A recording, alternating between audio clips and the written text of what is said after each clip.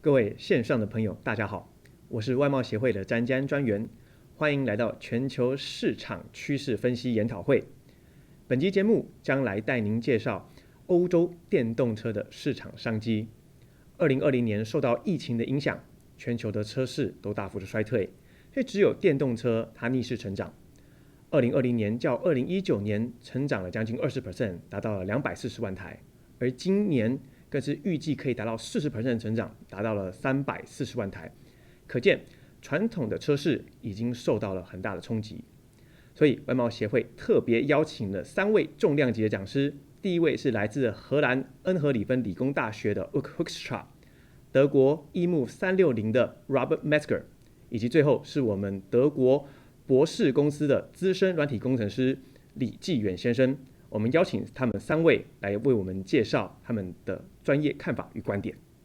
首先，第一位讲师是荷兰恩荷芬理工大学研究员 Auke Hoekstra， 他同时为知名环保团体 Zemon 创办人。欢迎 Auke Hoekstra。 Well, hello everybody. I'm glad that I can give a short presentation on how Taiwan and the Netherlands might work together on electric vehicles. A little bit about myself first, because I think it's always important that you know who you're talking to.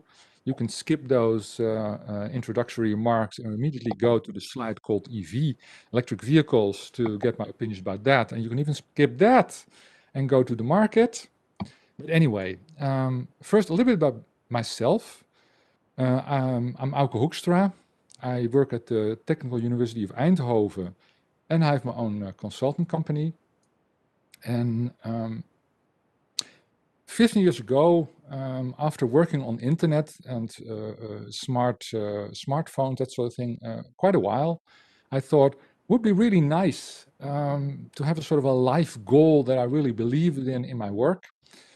So I took a sabbatical and I came up with that solar, wind, batteries, seasonal storage with hydrogen, for example, could actually make a renewable society very cost effective. And I thought, oh, this is great, because then I'm not sort of going for something ideological that is never going to work. But this actually is the future. We should accelerate that future. And I wrote a couple of books on electric vehicles. Now I'm a well-known electric vehicle expert in the Netherlands. I appear on radio, TV a lot, and that sort of stuff. And one confession off the bat, I'm actually more into broad technological changes, into changing society for the better. And I'm not really a good trader or a commercial guy. But nevertheless, I know a lot about the Dutch EV market, so I'll talk you through that. About myself also, I'm a vegan. I saw that a lot of people in Taiwan are vegan too. So that sort of feels like a connection. And I live in a self-designed energy positive house, which is big fun and not a problem, by the way. I feel that living renewably is not like a sacrifice, it's like a better future. And of course, I have an electric vehicle. If you want to get me really excited, I want to talk to you. You have to talk to me about science. And this is one publication I'm very proud of. If you're interested in what makes me tick, please look it up. But most importantly, right now, for who I am, is that I started a big research initiative in the Netherlands with about 20 professors, 20 companies, 13 knowledge institutions, that's looking about how are we going to make the change from the current society that's mostly fossil fuel based to a future society in which, for example, electric vehicles play a large part. And if you're interested, for example, in contacting any of the people in our consortium, please let me know. You can also find anything about us on our website. So I could also be useful maybe in that way, that I can connect you to any of those companies that you see the logo of here. I'm leading this consortium with 35 people or something for the coming 5 years. Very quickly about electric vehicles. And I'm going to talk about the market very quickly, but I think this is always important, and not everybody has this top of mind. The big advantage of electric vehicles is, of course, the motor. And I have all the advantages of the motor listed on the slide. But the most important one is that it's 4 times on average about more efficient, which means that you need a lot less energy when you use an electric motor than when you use a combustion engine. So this is the reason electric vehicles, I think, will triumph. The reason they had a problem in the, one other thing also nice to mention, by the way, electric vehicles can be very sporty and still be very frugal. In the Netherlands, we love frugal cars, and we always thought that, an electric vehicle that has a nice acceleration is incompatible with a frugal vehicle. But with electric vehicles, that's actually possible, as the slide shows. And this is something I'm very famous for. In the Netherlands, batteries changed a lot. 100 years ago, you would have to take an elephant with you to have the range of a current, let's say Tesla. And right now, you only have a gorilla with you, and soon you will have a pig with you. And if you also incorporate the fact that the drivetrain is lighter, then my expectation is that around 2025, electric vehicles will actually be lighter. But see if I'm right. Of course, the most important development for electric vehicles is that batteries get cheaper very fast. The line to the right on the slide is our predictions, which are, by the way, very much in line with, for example, Bloomberg New Energy Finance. But yeah, the developments there have been crazy, really crazy. And I think the combustion engine is basically a dead man walking because of that. If you make a cost comparison in the Netherlands, then you see that when I started doing this sort of thing, there was a really big cost disadvantage for electric vehicles because the batteries were so extremely expensive. But very soon there will be a very big cost advantage, which is one reason that I think that policies and subsidies are important in the short run for the coming, let's say, 5 years or so, maybe 10 years, but at most. And after that, this will simply be like LED lights replacing incandescent light bulbs. It will simply be like the combustion engine replacing the steam engine. This is simply a better technology. So we should not be too focused on subsidies, although I will tell you everything about subsidies very soon. So I don't think hydrogen is the future? Well, the most important reason is that good hydrogen is made from electricity, and it takes a lot of electricity to make that hydrogen and then turn it back into electricity. Which is, this is always a nice slide because it shows in a sobering way how much, big plans we always had for hydrogen and how much they panned out. These are the targets that people had for 2020 in 2004 regarding hydrogen vehicles. This is what happened. So electric vehicles are moving ahead faster than we think. But hydrogen vehicles, not so much. Anyway, my 2 cents.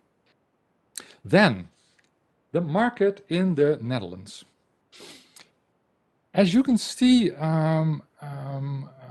we have quite a rapid increase in sales of electric vehicles. Some things I would like to point out. I will get back to it later. I will also get some more perspective later. But what you can see is that things started growing in about 2013 for, I think, 2 reasons: subsidies that I will get to in a moment, and the fact that cars were available. And what you see that at first, there's the gray line, plug-in hybrids quickly gained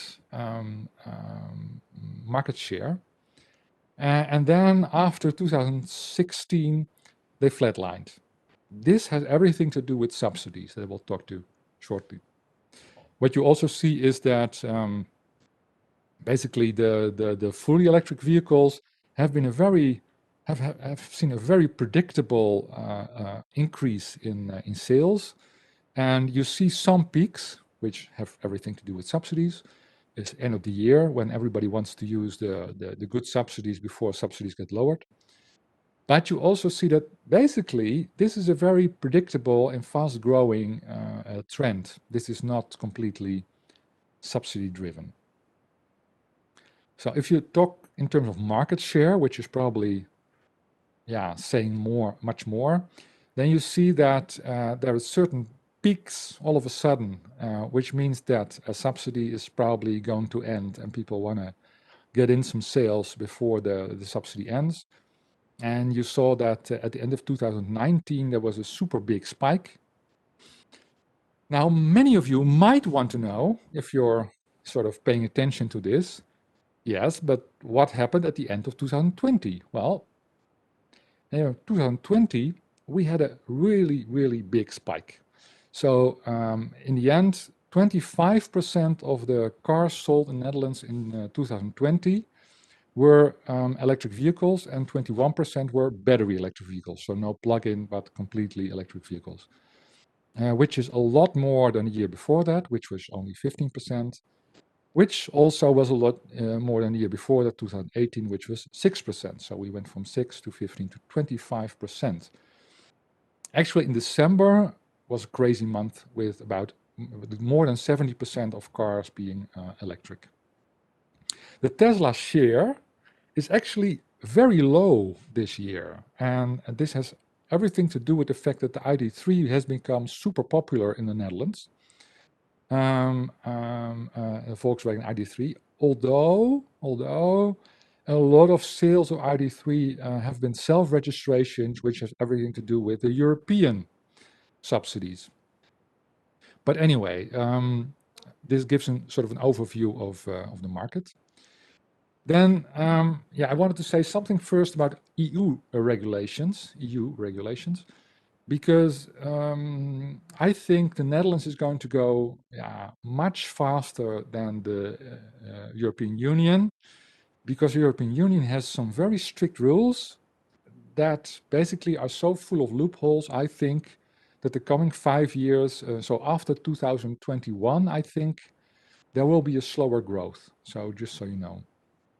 And that's partly due to the WLTP, the laboratory test, WLTP, I think you say in English, which is a lot better than reality. It's lots closer to reality than the old NECD test. This has everything to do with the testing. So the WLTP test is about 30% better than the old test in the European Union, the NECD. NEDC, actually, I spelled it wrong on the slide. But it's still not reality. So you can test your car and still create a large difference between what really happens and reality using the test in the European Union.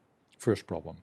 Second problem is that if you have a plug-in hybrid which emits less than 50 grams per kilometer, which is a lot better than normal combustion vehicles, but still, then that actually gives you 2 super credits, just as much as when you had an electric vehicle. And a lot of plug-in hybrids are tuned now to be just below 50 grams and will be sold instead of fully electric vehicles. And in practice, those vehicles actually don't emit that little because people don't charge them very conscientiously. Then there's something called eco-innovations. There's certain stuff that is apparently, they think, not measured well enough in the WLTP, and so you get extra credits for doing stuff there.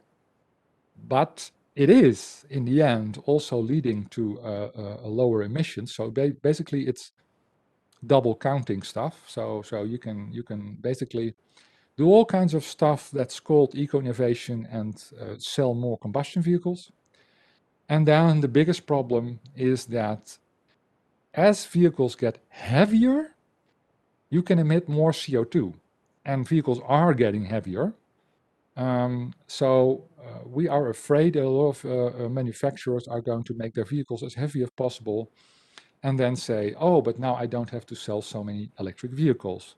So the end result is, according to some calculations I've seen, they will aim for about 103 grams, not 95 grams, which is, of course, still lower. So I would than the reality. So I would say it's about 125 grams in reality. So take that into account when you talk about European regulation. I'm afraid it will cease to be a very important driver unless it is strengthened. But there's a lot of ideas about strengthening it. So maybe it will be strengthened. But Dutch is very different. They have a very clear goal of 50% sales new cars by 2025 and 100% sales by 2030. And I think they're going to be pretty close to that. So a good place to sell your cars. This is my prediction that I made in 2017, and I was actually a little bit too conservative. The red line is my prediction,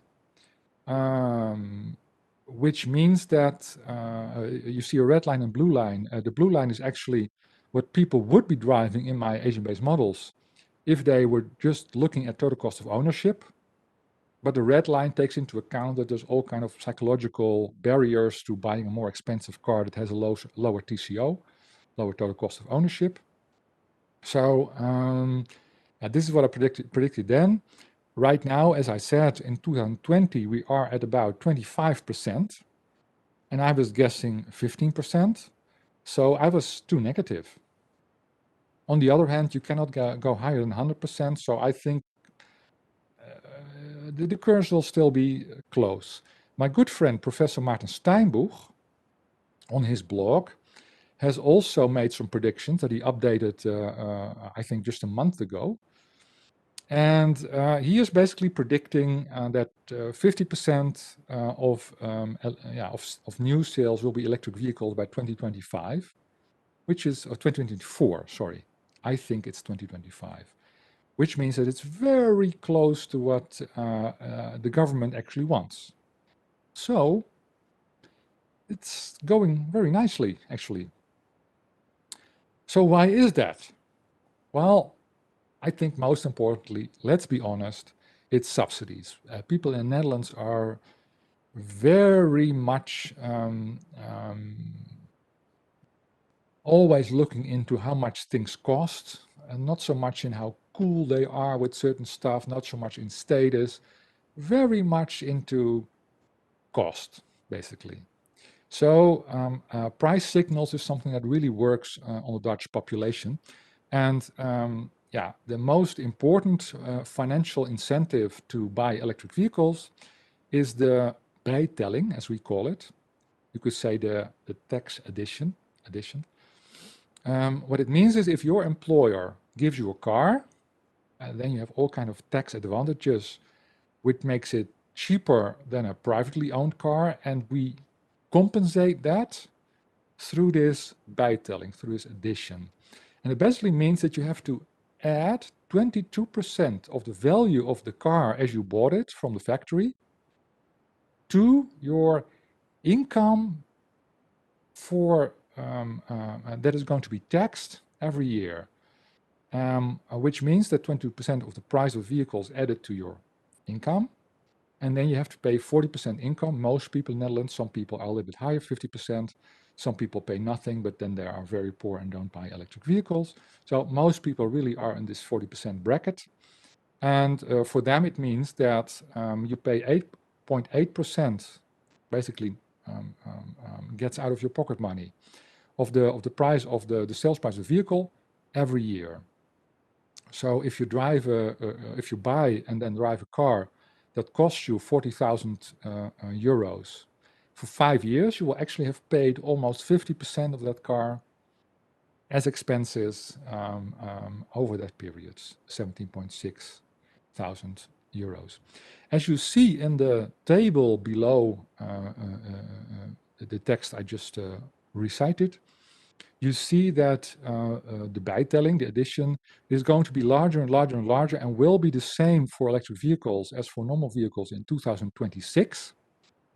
And you also see that plug-in hybrid electric vehicles were skipped, were sort of thrown out this whole subsidy scheme in 2017, which explains why you saw a flat line of the sales of plug-in hybrid electric vehicles in 2017 and onward. And they are capping the total amount of value you can pay a lower bijtelling addition on at 50,000 euros in the past years, 40,000 euros these years, and of course it's not important anymore in 2026 when there's no difference between electric vehicles and combustion vehicles. So this subsidy scheme that has been super powerful in the past because you paid no bijtelling whatsoever is gradually becoming more or less powerful. On the other hand, of course, the price differential between electric vehicles and normal vehicles is also getting lower. So I'm not sure, many people think that when we hit 16% bijtelling, that many people will not be persuaded anymore by that to buy an electric vehicle, say that the difference is too small, but I'm not so sure. Then financial incentives, part 2. Apart from bijtelling, we have BPM, which is basically a tax that you pay if your car emits more CO2 when you buy a car. And of course, because in the official reckoning, direct emissions of electric vehicles are zero, you pay 0 BPM. But for normal cars, it's really very hard. I try to come up with a sort of an average value for you guys, but it's all over the place. But let's say you pay up to 25% more for your car because of this BPM. This factor, so 0% is a biggie. Then we have the road tax. Road tax is actually less of a problem for the difference between electric vehicles, or less of a problem for combustion vehicles, because it's simply not that much. But the idea there is if you have a heavier vehicle, you pay more road tax. But because people like electric vehicles so much, they say for now, until at least 2024, you don't pay that tax either. And then finally, we have a new subsidy arrangement that is super popular, so popular that it was used up, I think, in the first month of the year it was introduced, where private car buyers also get an incentive. So it's not just the bijtelling anymore, but it's just for a few thousand cars a year and then the budget is gone. So it's a less important arrangement. So what are other reasons why electric vehicles are adopted in the Netherlands, apart from subsidies? Well, the most important one, I think, is that we've been working on charging infrastructure from day one. I think we were the first country in the world to really, at a national level, at least in our case, it was the grid operators actually that came together and said, let's put some electric vehicle charging stations out of there. One of the co-founders of my little company Zenmo was actually one of the biggest instigators of this scheme, Stichting ELAAT, as we call it. And so we now have a lot of public chargers, and those public chargers can be used all with the same card. Actually, there's a lot of different cards going around, but they all do the same. So you can buy them at different places and get a subscription at different places, but they work on almost all public chargers. And we have about 1,800 now fast chargers, so that charge faster than 50 kilowatts. So yeah, for a country that's a little bit bigger, but not that much bigger than Taiwan, I think 1,800 fast chargers is quite good. I think internationally speaking, no country comes near. And then I already said a little about this. There's some large companies like EVBox, not large for charging infrastructure, companies like EVBox, NewMotion, and Lego, which now go international. And I'm personally super proud that we introduced one of the biggest open standard for charging, OCPP. And I also wrote a little bit on that standard too, when I was working for Stichting ELAAT. What I think also really helps us, that we have no competition so much for electric vehicles. We have no incumbent car makers that would rather slow walk the introduction of electric vehicles. So in a way, it's sort of counterintuitive. You don't make cars. Why do you sell so many electric cars? Well, because we don't make cars, we don't have powerful lobby partners in The Hague or capital, political capital that lobby against electric vehicle. And one thing I think that's super important and often forgotten and hard to quantify is that when I started researching this and started writing books about it and giving talks about this, electric vehicles were basically seen as something for tree huggers, for people who are full of the talk about the environment, but not car lovers. So it was, in a way, car lovers saw it as something for losers, as something they didn't want to associate themselves with, and it had a very low status. But now with Tesla, I think starting with the Roadster and especially with the subsidy schemes, a lot of people are now envious of Tesla drivers.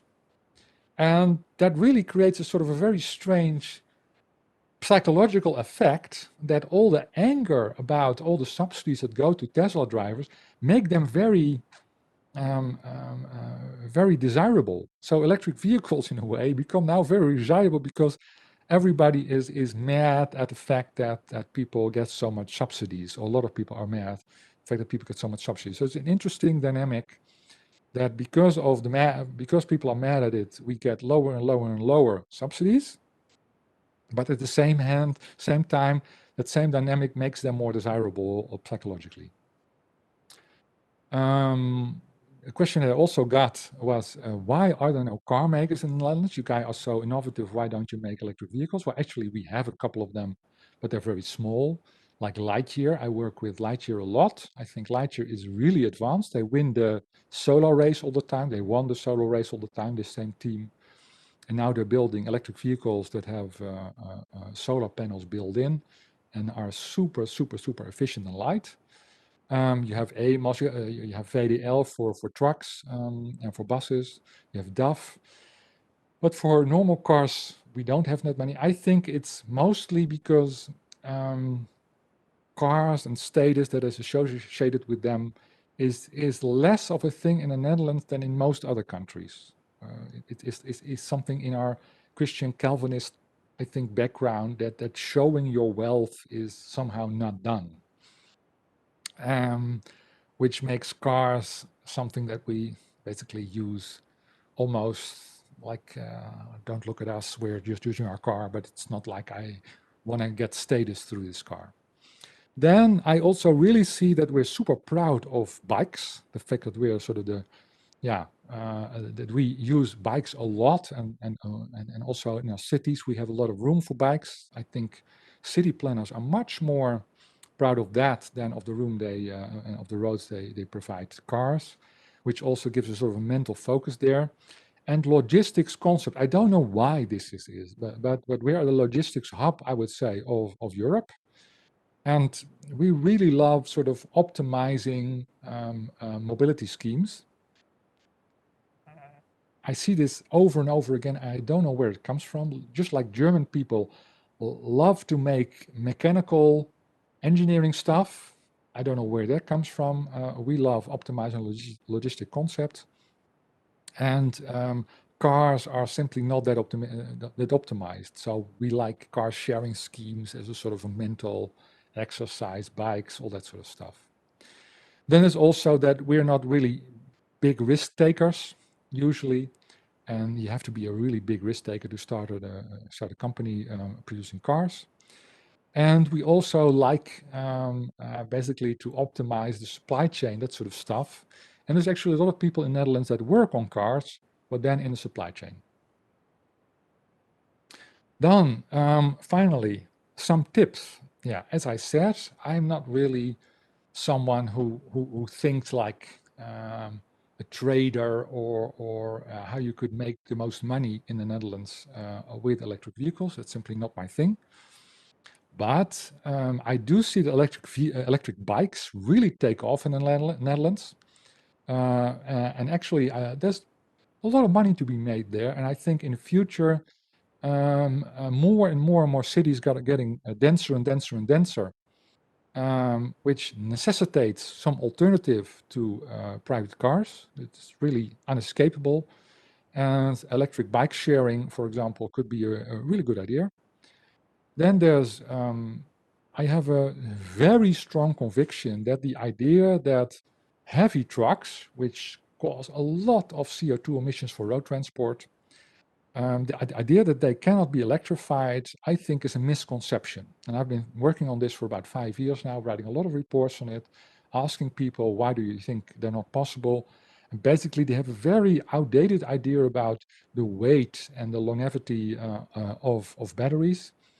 But if you look at the business case of electric trucks using modern car batteries, it's actually better than for electric vehicles. So I'm 100% convinced that heavy trucks will go electric very fast in the coming years.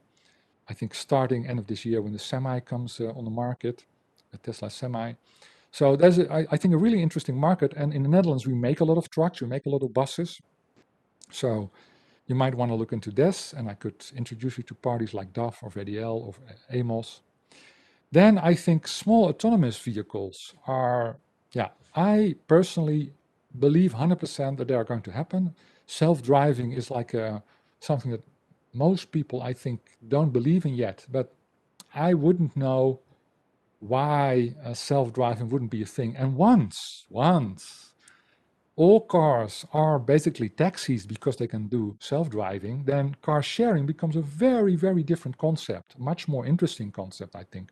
And once car sharing becomes an interesting concept, you choose a car per trip, not for 3 or 5 years or so for your whole family. And if you choose a car per trip, you're usually going to use a much smaller car because most trips are made alone or maybe two persons. So I really think that the car fleet of the future is going to be mostly small electric vehicles. And I think whoever takes that opportunity first is going to be a very wealthy man. You can also use it for package drops. Also, by the way, things we are modeling in Neon. You can even use it for agriculture because the whole idea of big agricultural machines comes around. Yeah, we do that because the person is expensive. But if those things became self-driving, then very small agricultural machines are actually more logical and also better for the soil.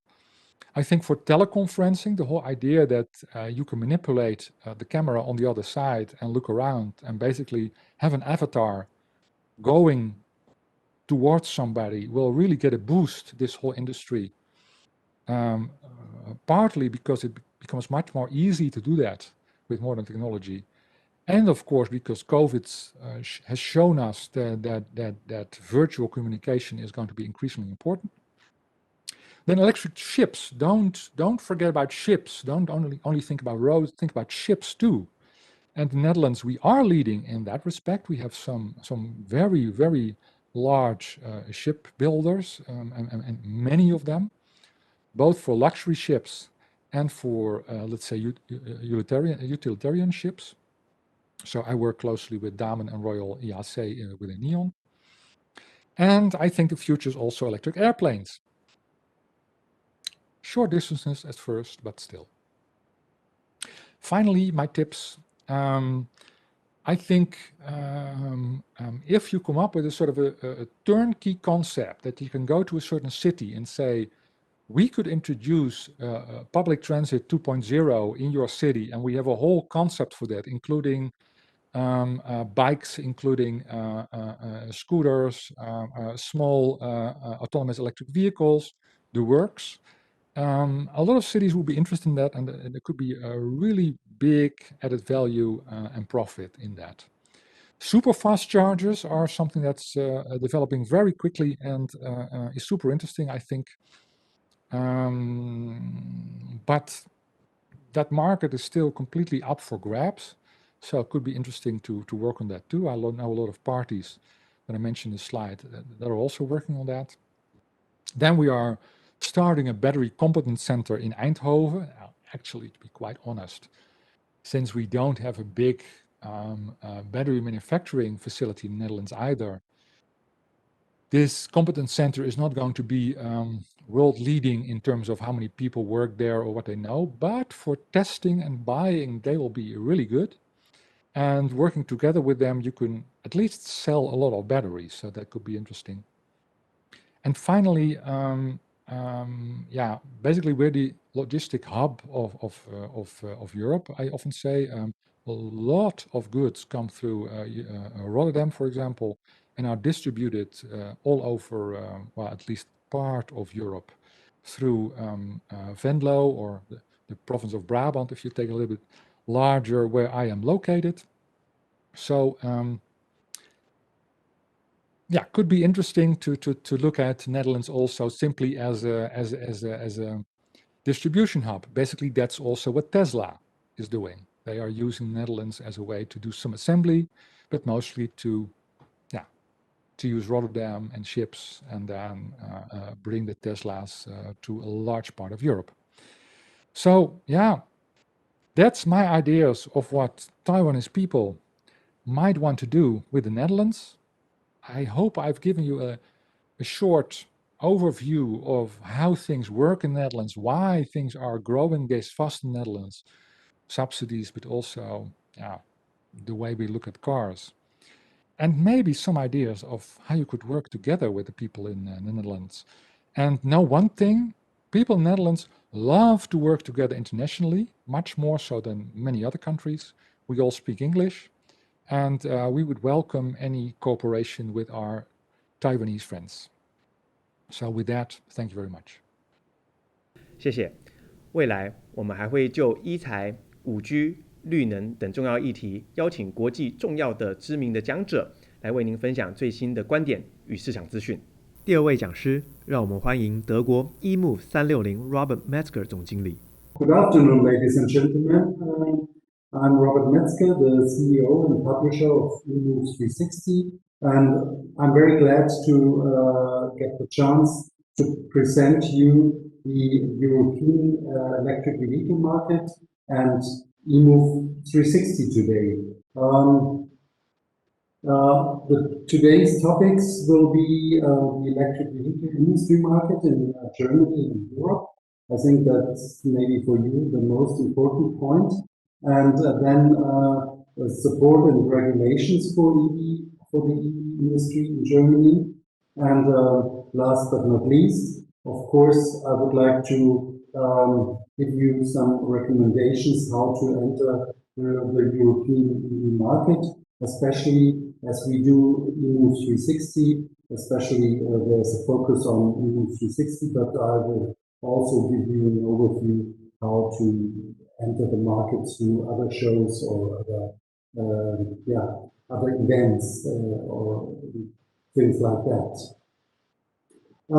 Let's step into the market. And first of all, I have an overview about the registered EVs in 2019. And you see the biggest market, of course, is China. China is huge, and of course, therefore, we see a lot of EVs registered in China. Nearly 4 million EVs are registered in China. And the second market is US market, 1.5 million EVs. And then we already jumping over to Europe, and it's very interesting that you see a very small country like Norway.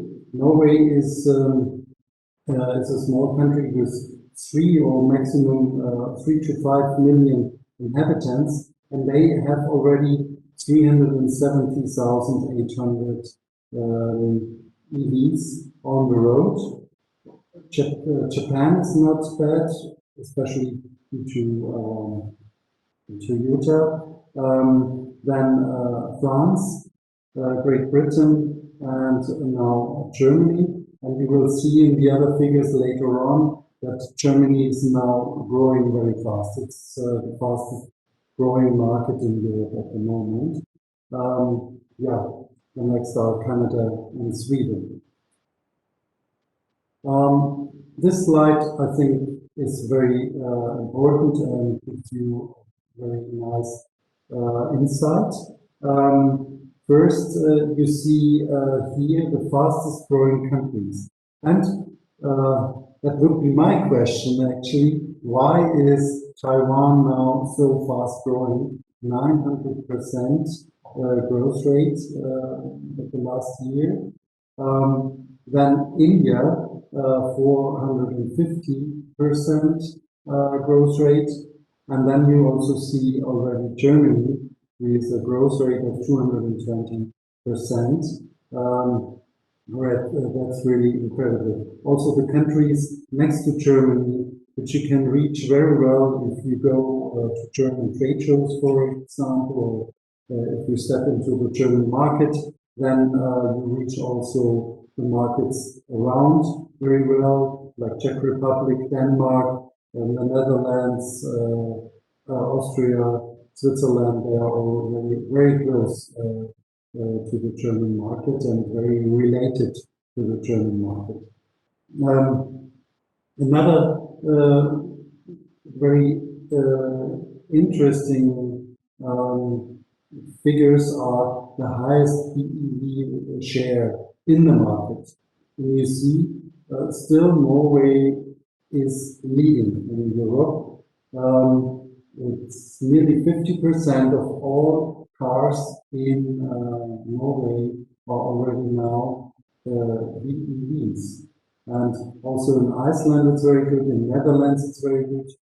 Then there's one Asian country, Hong Kong, with 14%, and then also a northern European country, Sweden, with 10%.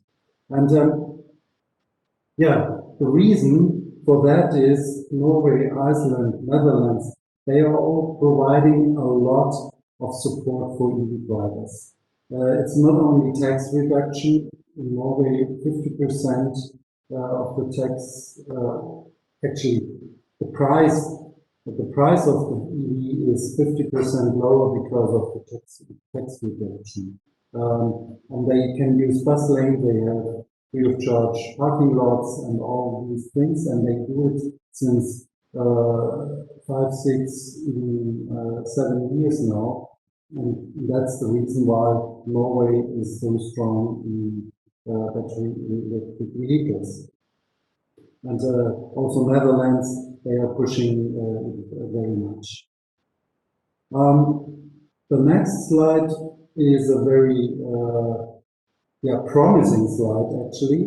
The car registrations in Europe by drive compared September 2019 to September 2020.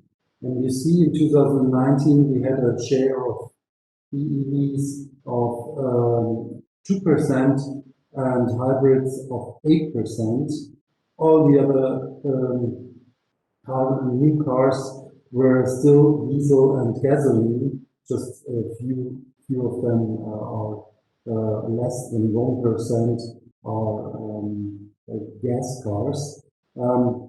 And now, in 2020, in September 2020, you see a much bigger share in Europe of 8% EVs of the new registered cars and 20% hybrid. That's a huge growth, and it's very promising for the future. In the past, we had very low interest in pushing EV sales by the car producers. They still love to sell combustion engine cars. Of course, they have a lot of financial reasons for that. They have already all the production dedicated to combustion engine cars, and 50% of the turnover is after sales. So if they switch to electric vehicles, they will have much less turnover in after sales. If you drive an electric vehicle, you don't need maintenance, or much less. Of course, there will be some accidents, but they are going. The number of accidents are also going down. due to automated driving or more and more automated driving, and so the turnover for the car producers and after sales, in the aftermarket is going down, and especially with EVs. And that's the reason why they didn't push it. But now the regulations in Europe are more and more strict to save the climate, and so they have to sell more EVs. And that's a very promising number here. 8% of the new registered cars in Europe are already now EVs. The next slide is showing you the new registrations in Europe by numbers, and you see a steady growth through the last years, but now a much faster growth this year. 68% growth rate in EV sales from 2019 to 2020. And if you go to the next slide and take a look to Germany, it's a much bigger number. 325% growth in EV sales from 2019 to 2020. It's a big jump. And if you know, the total amount of sales in cars in Germany was going down due to COVID-19 of 20%. So the growth rate of EV sales is much more worse than a normal growth rate. So I'm sure within the next 10 years we won't see combustion engine driven cars anymore in the new registered cars. Yeah, and Germany, and the second reason for that is Germany started a bit buying support in 2020. That's, I think, the most important reason for that. If you want to see a little bit more market figures, I found a very interesting survey from Transport and Environment from Belgium. If you go there into details, you will see more detailed figures about the market, more detailed explanations. I think that's a very interesting survey of the market. I will provide this presentation to all of you, and so you can go directly to this slide.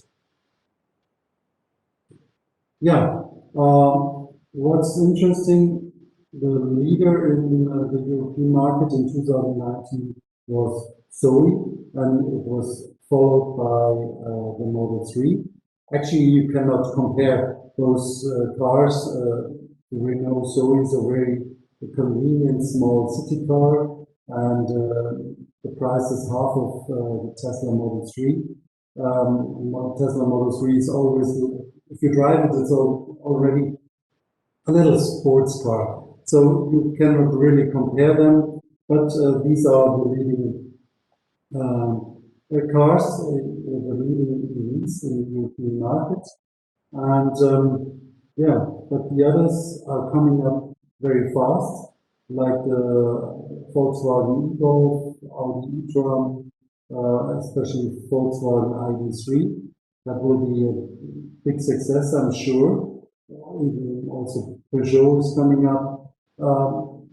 I'm not quite sure why Nissan Leaf is losing. Nissan Leaf was always the most sold car worldwide, and most sold EV worldwide.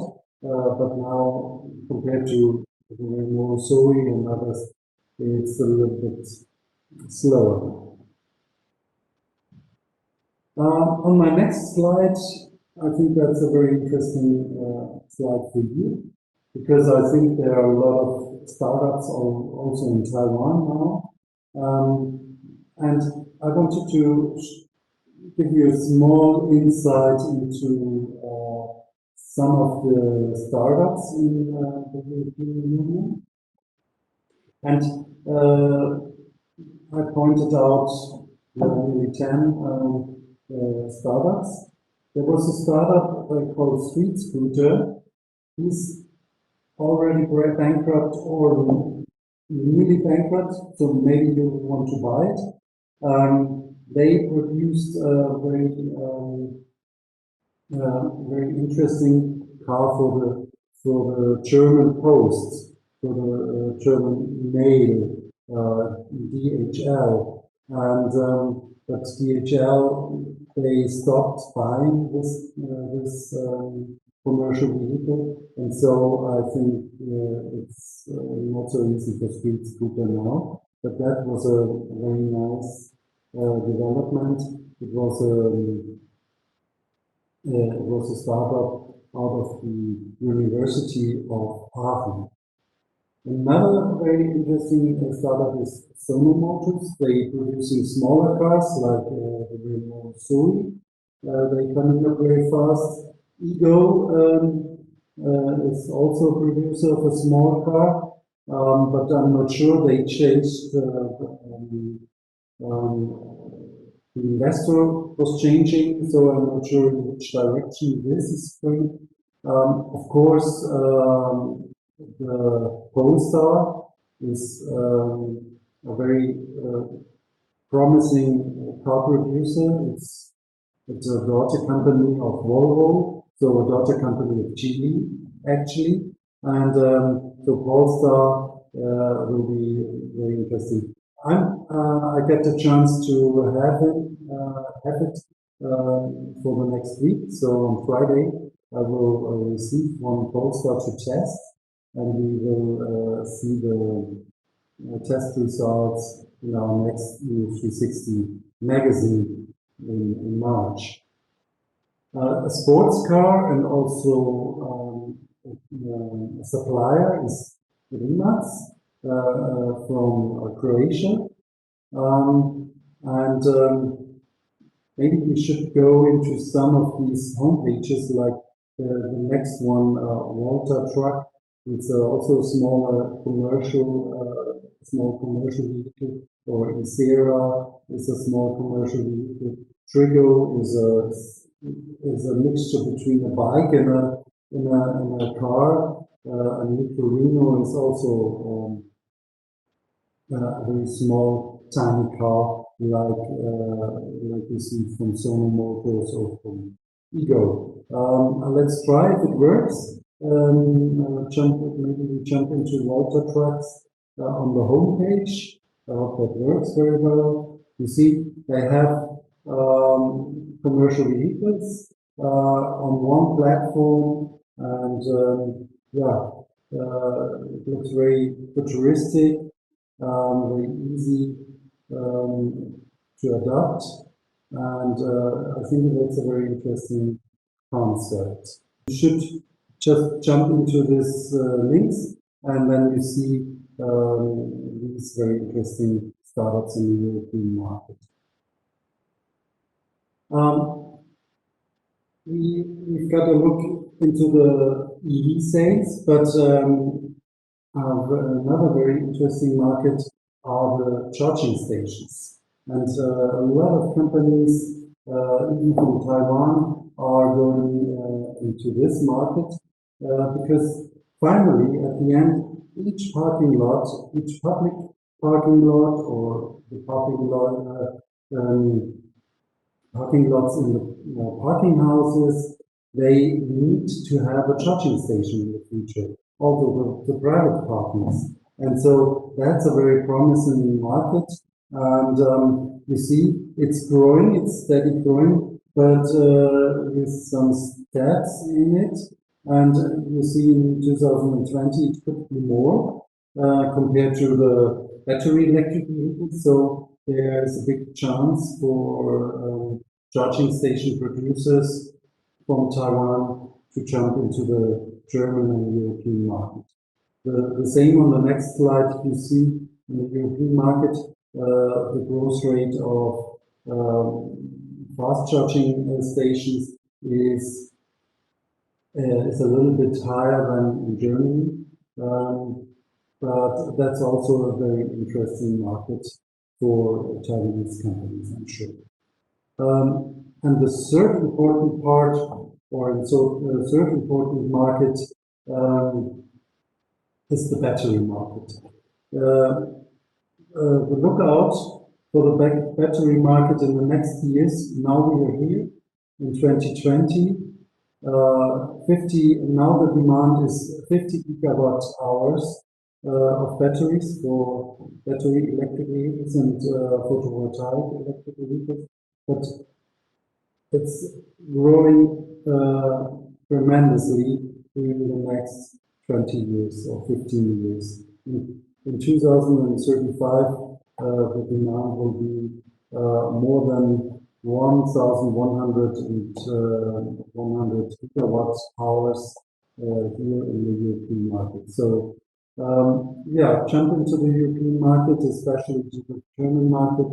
I think big chances for battery producers, for component producers of batteries, for component producers of charging stations, for producers of charging stations like Delta. They are already a part of our community and our trade show since years now. And it's a big market. And of course, also smaller or bigger EVs could be sold very well in the European market. My next slide shows you the car regulations in Germany, and I already explained we have a lot of support, governmental support for EVs, and if you want to sell EVs, there's a very important figure you get, or the buyer of new EVs is getting support for new EVs with a basic sales price of up to 40,000 euros. The support is 9,000 euros, and for EVs with a basic sales price up to 65,000 euros, there's still a support of 7,500 euros. But if you sell an EV which is higher than 65,000 euros in the basic sales price, there's no support at all. So it's important to be lower than this number. Another support from the government for EVs is there are no car taxes, and also a very important support is for company cars. In Germany, if you receive a company car from your company to use it privately, then you have to pay a certain tax. Usually it's 1% per month on the basic sales price of the normal car, of the combustion car. But for EVs, it's just 25%. So it's a big difference. For example, if you drive a Tesla Model S, which costs about 100,000 euros, then you usually pay about 1,000 euros per month tax, but now it's just 250 euros, so it's a quarter. So that's an important support.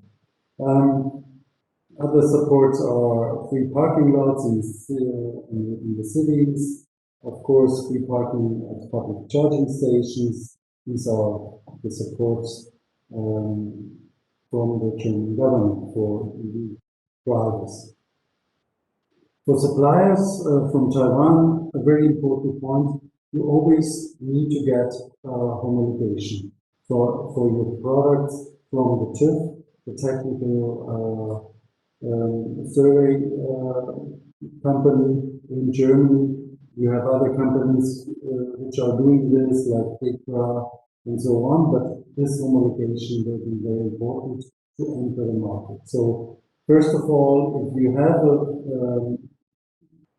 product for the market, take care to get this homologation.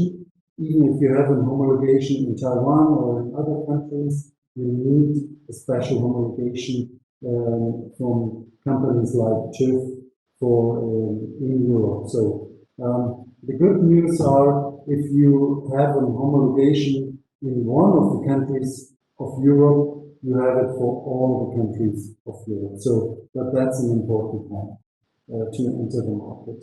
And then you can start selling. Yeah, other possibilities, and that's what we're working on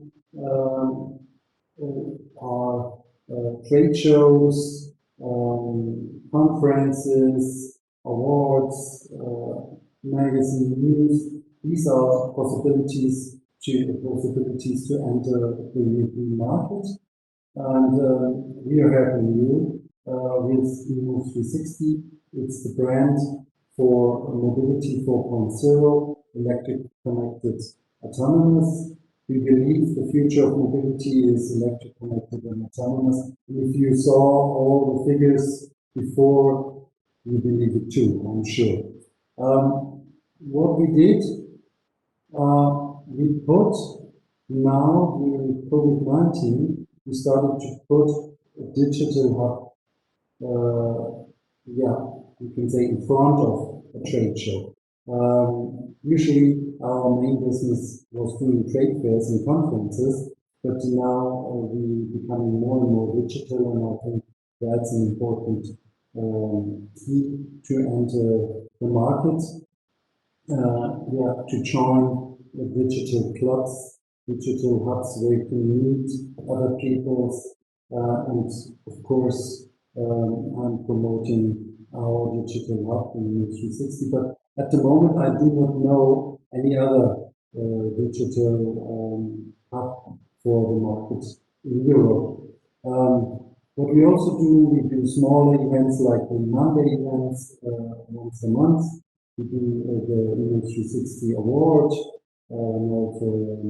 materials award, materialica design and technology award.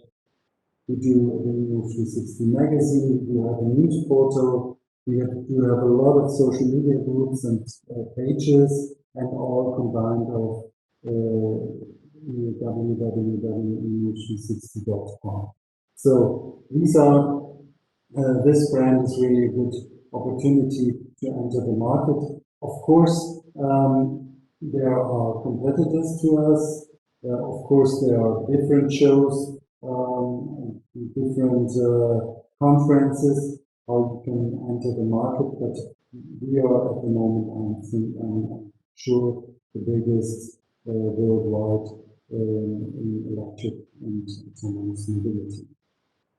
Last but not least, some impressions about the show. So it's not a very small show, it's still not a huge show, but we have 2 halls covered with the trade show, and let's cross the finger that we will have the real trade show in November again. But even if not, we don't lose money. We move everything then to next year if COVID-19 is still alive at that time. And of course, through all that time, we be part of it, we be part of the digital hub and can meet people all year long. And these are, this is my last slide. Another impression from the trade show, you see very big Taiwanese company, Delta has one of the biggest booths at the show. Others like ABB are there, Wallbox, That's a picture from the charging and energy hall in 5. Yeah. Last but not least, of course, it's important to get personal contacts. That's the most important thing. Try to get personal contacts, and a very easy way is being part of the eMoves 360 Digital Lab. You become a member, and then you meet interesting people. They can recommend you other people, and that's the most important part to enter the market is really get personal contacts, either on site in the future or at the moment only virtual, but also in the future it will be an easy way to enter the market, to get in contact virtually with all the people on the digital hub. And yeah, we will enter the market and we will do a lot of good business. Thank you very much. Thank you very much for your attention. Have a very nice evening in Taiwan. I remember the last time when I was in Taipei. It was very impressive to me, and a very nice country. Also the countryside. I had the opportunity to move up to the tea plantations next to the city of Taipei. A very impressive country, very promising country, and we're looking forward to have you here in Germany and Europe. Thank you very much for your attention. 谢谢。未来我们还会就医材、5G、绿能等重要议题，邀请国际重要的知名的讲者来为您分享最新的观点与市场资讯。最后一位是我们德国博世公司资深软体工程师李纪远先生，为您分享他个人的看法与观点。纪远好，相信您是第一次来到我们这个节目，那有些朋友呢是第一次认识您，那可以跟我们的观众朋友打声招呼吗？好，嘉安好，大家好。首先，我想感谢冒协今天来邀请我参加这个活动，然后并借由这个机会来跟大家分享我这几年在德国关于电动车的所见所闻。那我先自我介绍一下，我叫李纪远，2011年在台湾硕士毕业之后来到德国，到现在前后后也9年多了，其中大半的日子都在汽车产业中度过。那我本身目前是在驾驶辅助系统当中研发，然后做整合跟协调的部分。是，您说您都在这个汽车产业里面哈，那其实我们最近这个汽车产业最大的新闻就是整个电动车的崛起了。那有人说2035年电动车就会超越燃油车，有人说2040年才会超越。那不管怎么样子，这好像都是个趋势。您可以跟我们分享一下，您觉得电动车它会对传统的这种燃油汽车会造成怎么样子的一个影响呢？那我个人的观察是说，在过去几年，可能3-5年，其实因为驾驶辅助系统的研发，还有自动驾驶慢慢的越来越研发越来越好，其实车厂也意识到软体的重要性。未来的日子不会是说我车子设计的多厉害，或者是钣金多厚、马达多强，就代表我竞争力很强，而是他们也意识到软体的重要性。那新闻报道也都可以看到，福斯集团啊、戴姆勒集团啊、宝马集团啊，陆续也都开始开发自己的作业系统。那他们知道，唯有靠这个软体的研发，才能替自己未来多加竞争力。然后个人觉得电动车其实就是加速了这个赛道的竞争，跟加速了这些车厂的转型。那如果这么想，那我个人有稍微思考了一下，有可能对于这些车厂有什么新的商业模式。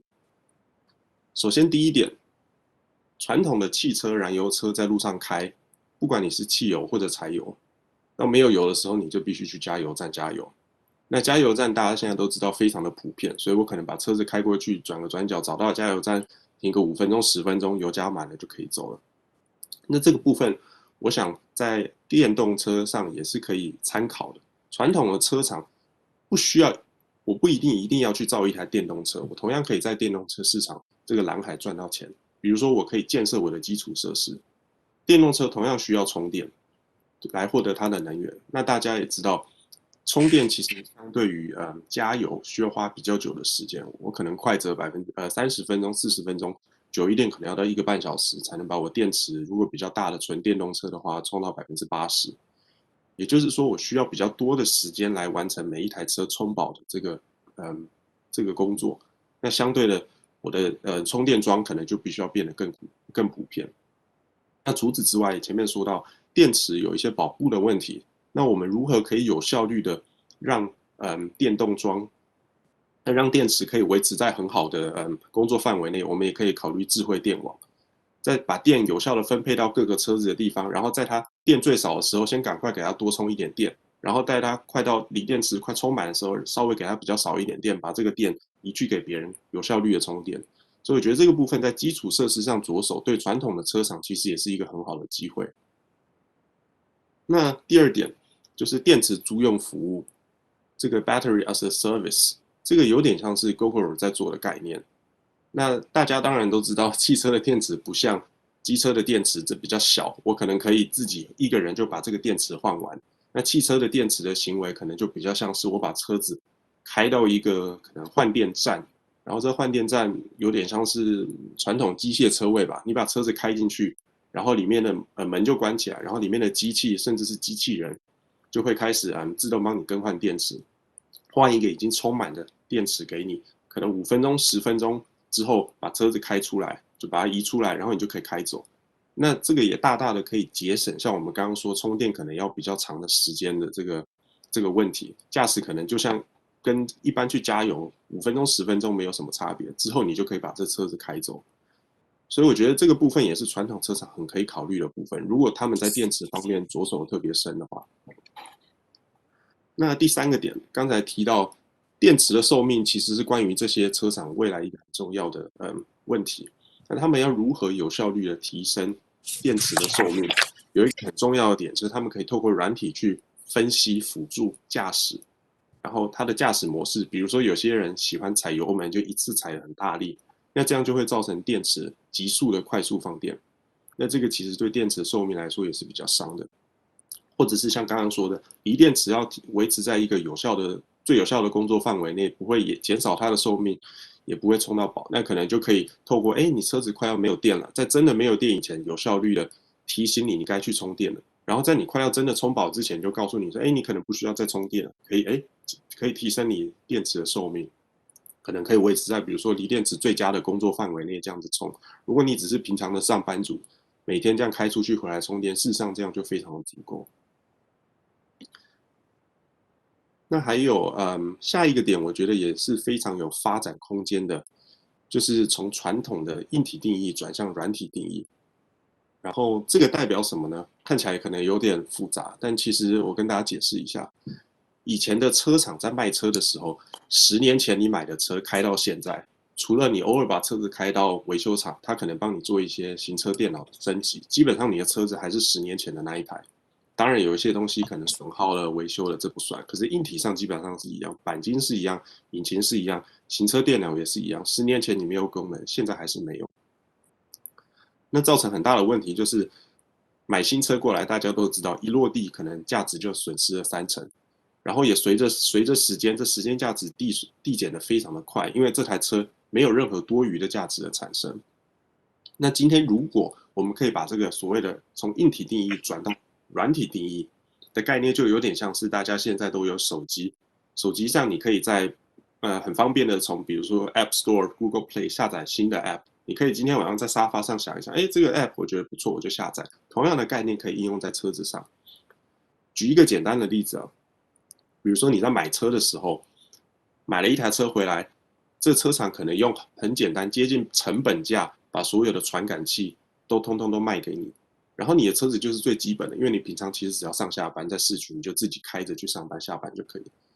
可是比如说现在如果到了过年时期，你在台北上班要回南部，假设高雄好了，这个3个半小时到5个小时的交通，高速公路上你可能会想说，哇，要是可以有比如说自动巡航啊，或者左右切换车道啊，这种驾驶辅助系统的帮助，那是不是可以让我的驾驶体验提升很多？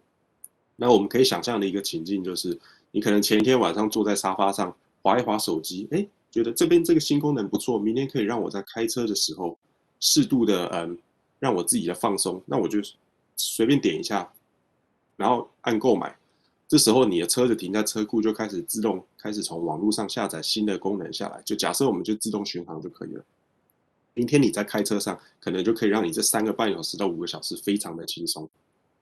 然后1个礼拜之后，娘家回完了，可能继续往台北开，哇，那你同样又用到这个功能。也就是说，你只需要透过短暂的购买，可能你租用，假设像是租用的概念，在这1个礼拜你获得了这个功能。那时间过了之后，你可能也不需要，因为接下来1年你又只是在市区开上下班。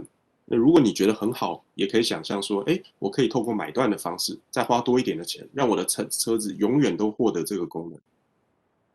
那藉由这个概念，我们就可以发现，车子不再是以前那个我10年前买的车子。当然，硬体本身还是同样的，可是因为我软体部分的一直提升，其实这台车子的功能就变得更好。当然，它的价值还是会损耗，可是就不会像传统的汽车这样，透过硬体定义的汽车，时间损耗的这么快，时间价值损耗的这么快。那我觉得这个是一个非常非常大的方向。大家其实也可以看到，现在这一段时间，透过特斯拉对电动车的宣传什么的，大家也发现，软体其实真的慢慢才是汽车产业的未来。对，那下一个点，我觉得很可以考虑的是自动驾驶。目前可以看到的是，传统的汽车产业其实是有点面临蜡烛2头烧的问题，因为一方面他们要在在电动车的市场里面好好的获得一块利润，另一方面他们也要考虑自动驾驶。自动驾驶是很明显就是未来会发生的事，所以他们有一点资源分散在2个部分的研发。那今天我有一个大胆的假设，比如说电动车开发如果可以平台化，就很像是这些 OEM 不需要再花这么多的心力去研发电动车，而是我去一个现成的平台，可能这个东西就会变得比较简单，然后我透过一些简单的设计，我就可以有一台我自己的电动车，那我就可以合理的把心力去集中在自动驾驶的研发，那也可以呼应到前面所说的用软体来定义新的功能、新的价值。所以我觉得这个是以上几个点是我对传统车厂商业模式一些新的想法。您对台湾也很熟啊，我们之前有先聊，您是到2011年才离开台湾。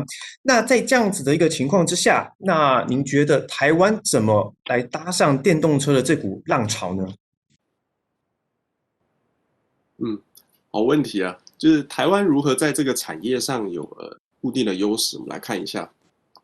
最从结构上来看，这边我带来一个数据，不过大概就参考一下。基本上我们可以说，电子零组件占车辆总成本，在传统的车上，可能因为小车大车的不同，大概处于10%到30%左右，剩下的可能都是一些引擎啊、钣金啊这些真的纯机械的东西。那在电动车上，这个比率可以高达70%到80%。这个代表什么？代表电动车需要相当多的电子零组件。那接下来我们可以透过这个认知，我们来看看台湾有什么优势。首先第一点，台湾有超级强的硬体的电子产业链，这个没话说，大家都知道。整个电子产业链占台湾 GDP 的15%以上，这个是相当可观的数字。那我们也可以看到台湾这几年的成功，可以明显的证明台湾的电子产业真的是很强的一个部分。下一个台湾的优势当然是软体，矽谷的这些超大的公司陆陆续续都到台湾来设点，然后希望跟台湾做一些合作。事实上就证明台湾的软体开发能力也是相当的强。除了硬体跟软体，台湾的软硬体整合也是不可小觑。如果我们继续往这个方向发展，把软硬体整合做得很好，那可以想象的一个就是台湾将来在电动车市场上，我们可以提供马达，可以提供面板，然后当然还有晶片，这个没话说。那如果在电池上，我们可以从电池本身，甚至像刚才说的电动桩，这些我们都可以透过软体整合继续延伸出来，然后可以来做固定的供应。下一个很大的优势是台湾常年做代工为主，这个部分让我们对于成本控制相当的有经验。那当然像前面说的，电动车市场，这汽车市场本身就是一个竞争激烈的市场，那如果我们有成本控制的优势，那想当然了，在赚钱上也会比较的简单。最后一个点，我也觉得是相当重要。台商其实已经在中国啊、东南亚深耕多年，这个有点像是变相的超前部署吧。然后在中国或者东南亚的部分地区，其实台湾是有相当的语言优势，因为我们可以说中文。这个相对于国外进来的竞争对手，我们当然可以已经抢得先机，因为我们可以跟那边的供应商可以很好的沟通。那就像前面说的，其实深耕多年这些台商在当地已经有固定的资源，已经有现有的厂房人脉，还有物流，所以在这个电动车的跑道上，相对于别人，其实就已经先跨出了很成功的一步。这个是我觉得几个台湾的企业进军欧洲市场很大很大的优势。Metzger，那你在德国这几年，那刚好看到的是欧洲电动车它最风起云涌的时候，那有没有可以请您，然后来跟我们分享一下，那你给我们一些建议，我们台湾业者可以怎么做？俗话说知己知彼，百战百胜啊。那我们先来看一下欧洲市场和台湾市场一些差异。首先，欧洲是由各个不同的国家组成，这个大家都知道。那不同的国家，可能德国啊、法国啊、意大利，就会有不同的语言。那你要如何在跨国企业当中好好的可以跟别人合作或者沟通？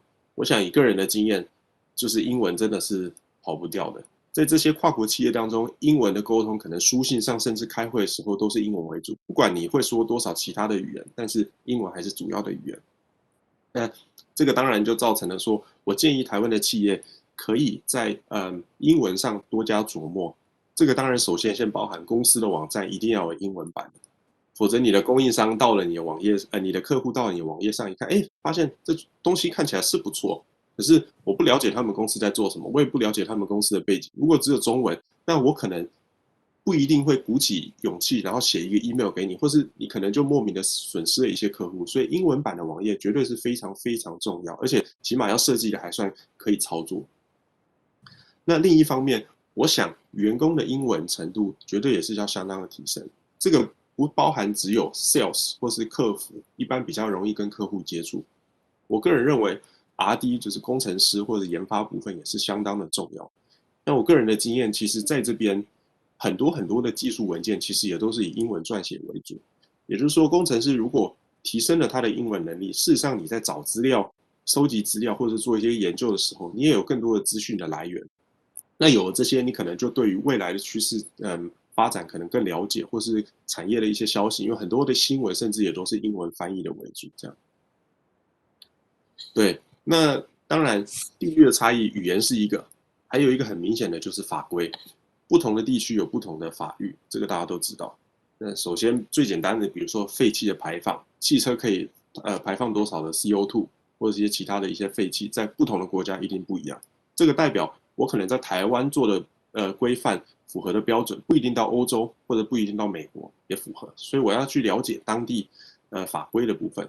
那还有前面提到的碳排放，不同的国家地区规范不同的百分比，可能你要贩卖电动车的百分比，甚至是电池保固的年限、公里数可能也都不一样，这个也是相当的重要。那因为法规延伸出来，当然下一点就是认证。这些汽车厂或是整个供应链当然都很需要认证，但不同的地区也会需要不同的认证，所以我觉得这个部分也是台湾的企业非常需要，在做市场调研的时候必须考虑的部分。那还有其他的差异比较简单，可能像一些人文上的差异。台湾人可能比较喜欢开，比如说轿车啊，或是 SUV。那像我在欧洲这边看，其实他们非常喜欢开旅行车。然后到美国，可能你会发现，有蛮多人其实开皮卡。这个当然我们现在讲的是汽车外形层面，可是事实上这个也会跟一些供应链上有一些差别。所以不管你是在哪一个产业，你如果多了解一些这些方向，可能在你对于市场开发的情况下也会比较有优势。那下一个需要做的事前准备，可能就是我们需要知道，汽车产业其实是一个相当复杂的产业。因为汽车要卖给人，他必须要确保这个上面的零件，不管是软体、硬体的供应商都有一定的品质。那他们确保品质的当下，当然需要很多的时间，所以他们宁可花多一点的时间去找一个真的可以长期稳定的合作的关系，而不要我很快找到一个很便宜的供应商，然后去符合这一个案子，然后明年下一个案子，我可能要花时间找一个新的供应商。也就是说，他们其实上是追求一个相当长期合作的概念。那身为台湾的企业，如果想要跟他们打交道，那我们当然也必须知道客户的需求是什么，这样他才会跟你长期的合作。所以我觉得在发展技术之余，也要很务实的、实时的去跟客户讨论说，你们真的需要的是什么？如果我做了这个功能，可能成本会提升20%，你是不是还是会愿意买？还是其实你只是需要现在的功能，可是可以便宜一点？我觉得这个都是一些非常需要进行的讨论。也只有这样子两个稳定的沟通，才有办法让它这个合作关系可以细水长流，然后可以相当的稳定。其实对双方都是一个双赢的局面。就像前面提到，他们需要特定的品质，车厂要求他的供应商，甚至是供应商的供应商，也都要有一定的品质把关。那这个他们只能做到介于要求你去通过特定的认证，唯有你通过这些认证，你才有办法进入他们供应链的名单当中，也只有在这个情况下，你才可能获得他们的案子。所以我建议厂商也要特别去了解一下，不同的国家、不同的地区，可能会有什么样不同的认证需要完成，然后透过这个，或者去跟 OEM 甚至讨论说，你们需要我们完成什么样的认证？只有透过这一种方式，你才可以建立一个真的很稳定的合作关系。这个绝对对双方都是相当值得追求的。那另外一个点就是密集关注、积极参与产业联盟。这个有什么优势呢？我可以第一手的获得消息，我可以比较精确的知道产业未来的发展方向。那如果运气不错，公司的规模壮大到一定的程度的话，其实你甚至可能有话语权。一旦你有了话语权，你就可以参与标准的制定。那如果你有办法参与标准的制定，当然就可以事实上配合你公司的发展方向给一些意见啊。大家都知道，如果进入这个合作关系的话，绝对对公司是相当的有优势。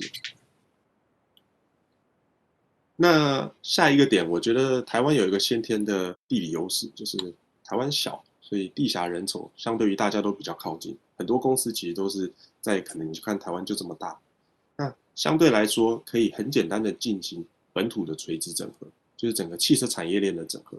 甚至如果我们把眼界再打开一点，可以做一些异界联盟，就不同的产业，我们可以想办法来把这个电动车市场或是汽车市场慢慢的撑起来，然后做的一个合作关系，就组成像我写的台湾联盟啊、国家队，甚至是汽车生态圈。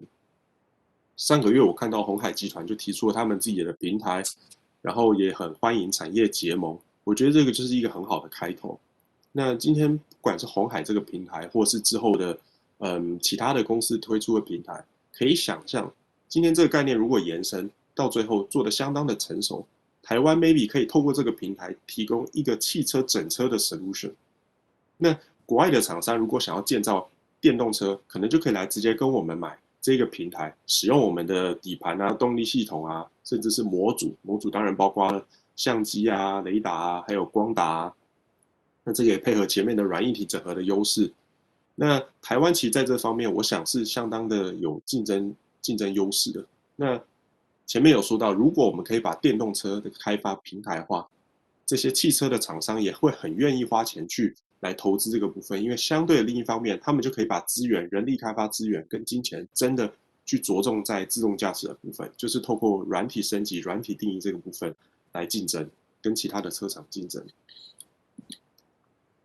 那同样的概念，其实在这边也跟德国蛮多朋友，在德国的台湾人聊了蛮多天，所以前一阵子我们也成立了一个在脸书上的聊天室，叫做德国汽车产业聊天室。那这个聊天室是由德国台湾商会联合会的号召，还有科技部驻德科技组、全球玉山科技协会跟慕尼黑台湾贸易中心协助之下所成立的汽车相关专业产业聊天室。那在这个上面，我们提供所有在汽车领域有兴趣的人，台湾人一个资讯交流的平台，然后借由经验分享来拓展人脉，激发一些理念创新啊，达到双赢的局面。这个就是我们也像是前面要组一个可能比较小的台湾队吧，透过这样子大家从不同的领域进来，可是你可能对汽车产业都有兴趣，你可以进来里面讨论。那同样已经也有一些厂商进来，所以也很欢迎看这视讯的大家可能可以去，或者听众可以去脸书上直接搜寻德国汽车产业聊天室，然后申请加入，可以大家在里面做一些讨论啊，或是经验分享 ，maybe 我们可以做一些合作的关系。那下一个点，台湾长期以来都是做代工为主，我觉得有一个很可以考虑的点，是我们如何在代工的产业链当中做到最大利益化。因为代工这个竞争相当的激烈，大家都知道会一层一层的被剥削，所以事实上最后的利润其实做代工并不是太高。那如果我们可以把前面几个点都做结合，我们可以有台湾联盟，甚至知道未来的发展方向，然后有跟 OEM 有稳定的关系，那我们就可以开始转型为 ODM。所谓的 ODM 就是我可以包含的设计的部分也是在我自己，然后当然还有生产跟行销。那一旦我可以有设计，我就可以做一些稍加修改，卖给某一个厂商，再做一些修改，卖给另外一个厂商。那这个就很大很大的层面可以节省了模具开发的成本。那当然更加提升了我在供应链上议价的程度。我一旦有办法喊话，那我自然我的议价能力就提升。这个绝对是一个很大的事前准备，然后可以获得很大利益的发展方向。那最后一点非常重要的，当然是国家政策的配合。电动车市场这个是个蓝海，有赚不完的钱，大家都知道。可是另一方面，因为现在大家都还在起步阶段，所以需要相当大的资金，需要政府政策的配合，需要法律的配合，可能需要一些税改上的配合。所以我鼓励这些企业，也觉得你们可以，可能可以提出自己的需求，跟政府进入一个对话。可能大家可以固定的时间坐下来讨论，说，我觉得如果政策往这个方向发展，可能会对我们很有利。因为我想台湾政府也会很有兴趣把这个产业整体扶植起来，所以一旦他们想要扶植，可能透过一些像减税啊、补助啊等等。那如果大家可以进入这种讨论的模式，我想对于台湾企业在进军欧洲市场，就是一个相当大的准备的工作，做得很好。这样，谢谢。这边我可以补充一下哈，刚刚您这边有提到了几个，就是组成台湾联盟啊，然后国家队，其实贸协在这边，那其实本身除了e-mobility 还有就是电动车行销联盟之外，那其实今年因为疫情的关系，所以我们有很多的线上的活动，例如说4月有个欧洲电动车拓销团，那5月有个智能的这个车联网的线上拓销团，那也有在10月的时候有个全球采购大会，那这一些呢都是来帮助我们台湾电动车的一个业者、一个团体的一个国家队的一个方式，去外面去拓销。那到明年等到这个国门可以开，整个疫情的比较稳定了之后，那我们也会有许多的一些活动，那也都是各位听众有兴趣的话，都可以来跟我们外贸协会这边来洽询。感谢各位的收看，如果有任何想听的主题，或者是给我们的建议，请在下面的问卷区告诉我们，我们下次再见。